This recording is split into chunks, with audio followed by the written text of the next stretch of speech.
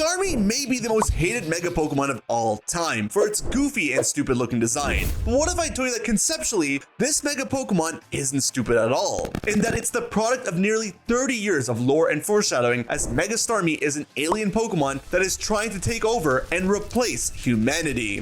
And it's happening much quicker than you may think, as it's already happening in Pokemon Legends ZA. Let's first go over Staryu and Starmie before talking about Mega Starmie. Because for me to explain why growing a set of legs and having an iota of a personality is a good thing on Mega Pokemon, I have to set up the groundwork of the lore and origins of these Pokemon. One thing that we need to set straight and keep in mind for the rest of this video though, is that Staryu and Starmie are not just regular starfish.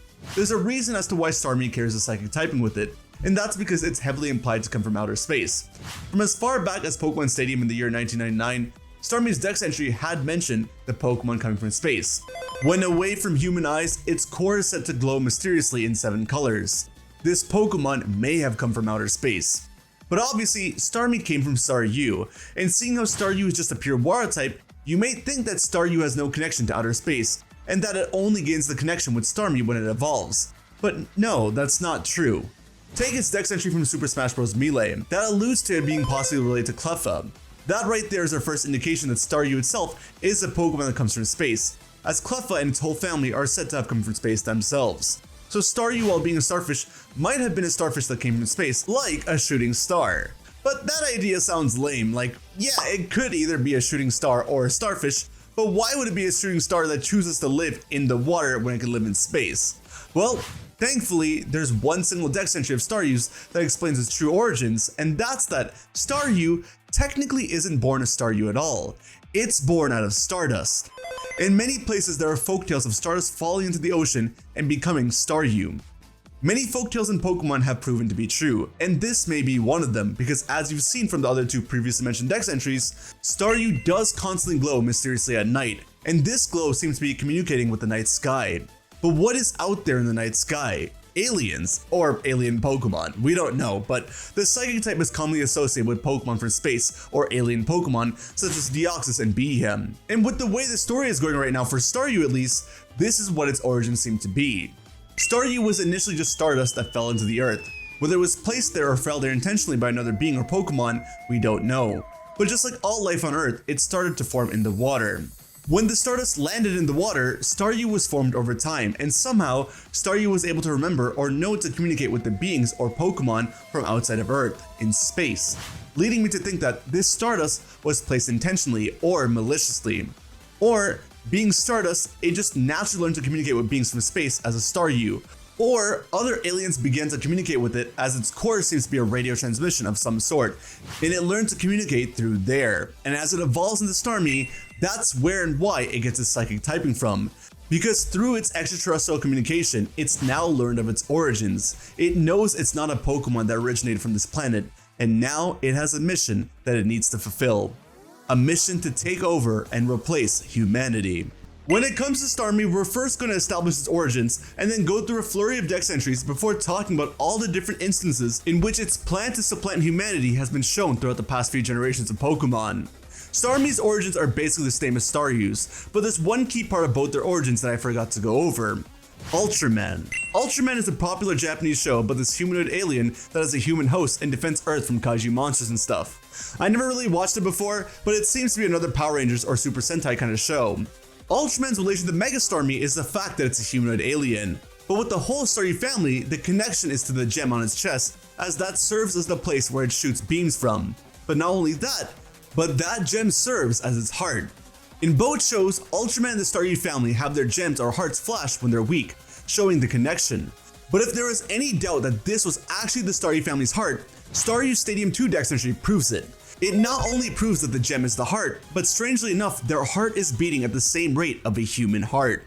We've already established that from as far back as Pokemon Stadium, Starmie was said to have come from space, but its Crystal and Unova Dex entries make mention of it once again sending radio waves out to space. The radio one being reminiscent of regular Starmie's Dex entry in ZA. But Gen 7 is really where it took a turn, because we all know Gen 7 is where things got dark, and boy did it get interesting for Starmie. Here's what its Moon Dex entry says. Its unusual body shape, reminiscent of abstract art, led local people to spread rumors that this Pokemon may be an invader from outer space.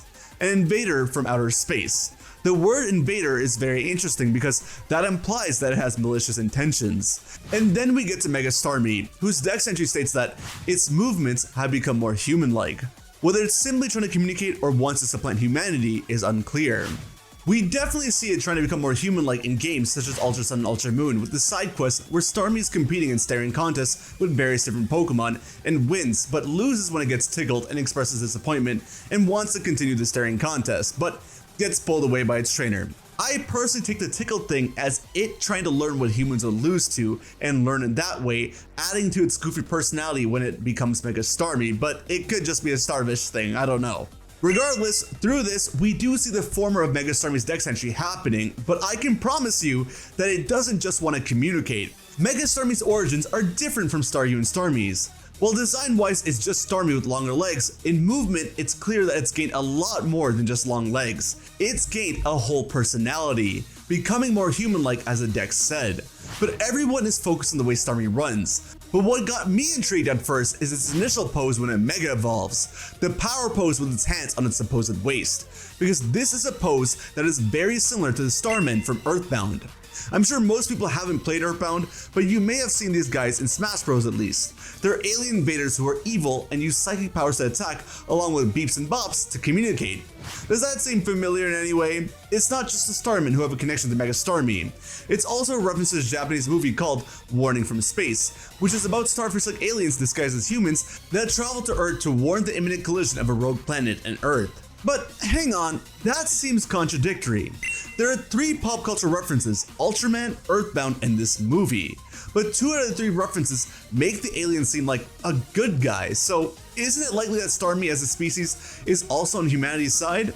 Well, I would have thought so too, but one particular side quest in Legends ZA actually makes it very clear that they're leaning much more to the Earthbound side of things. Side quest number 100. This side quest actually starts off with you speaking to this random NPC and them saying that we happen to beam a message into their heads, and even though we deny it, she claims that there's no reason to pretend, that we are all trainers who live in the blessed company of Starmie. And she asks us to join their next gathering by bringing a Starmie to where they meet at night. And their goal? To invite the Starmie dwelling amongst the stars to descend and grace us with their presence, as apparently Starmie are none other than the very stars themselves.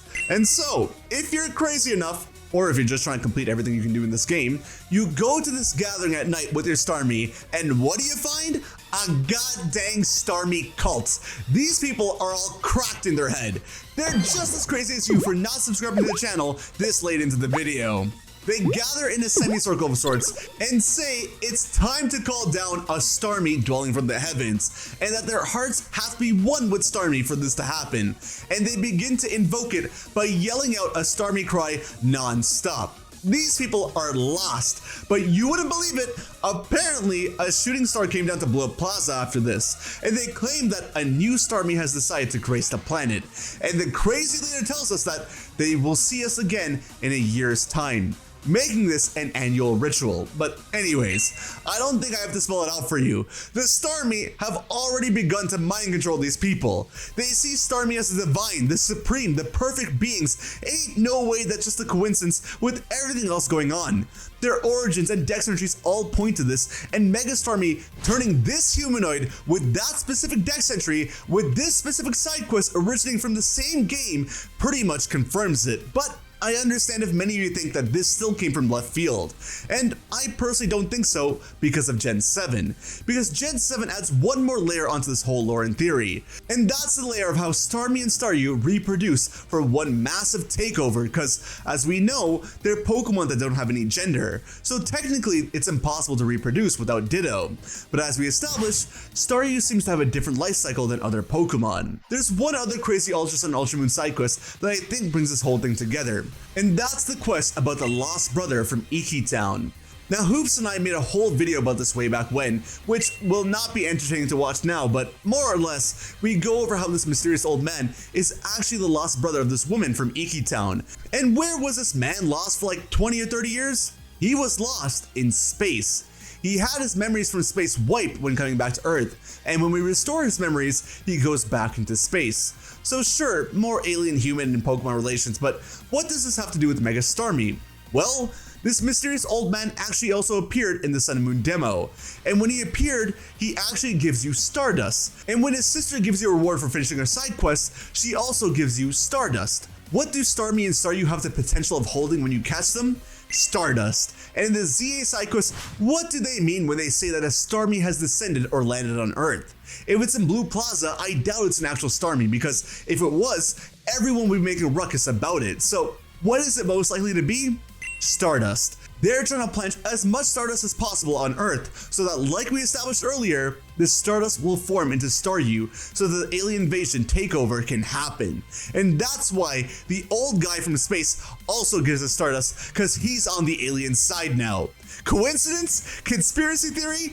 I think not. But regardless of what you think about the last bit, the Starmie takeover is clear, and knowing all this, it does breathe new life into Mega Starmie. It may not be the majestic cosmic starfish we all want to see, but it's a very unique and fun concept for a Mega, and personally, this all just makes me appreciate it a lot more, and actually leads me to think that it isn't just Patrick Star. Is this Mega Starmie? No, this is Patrick.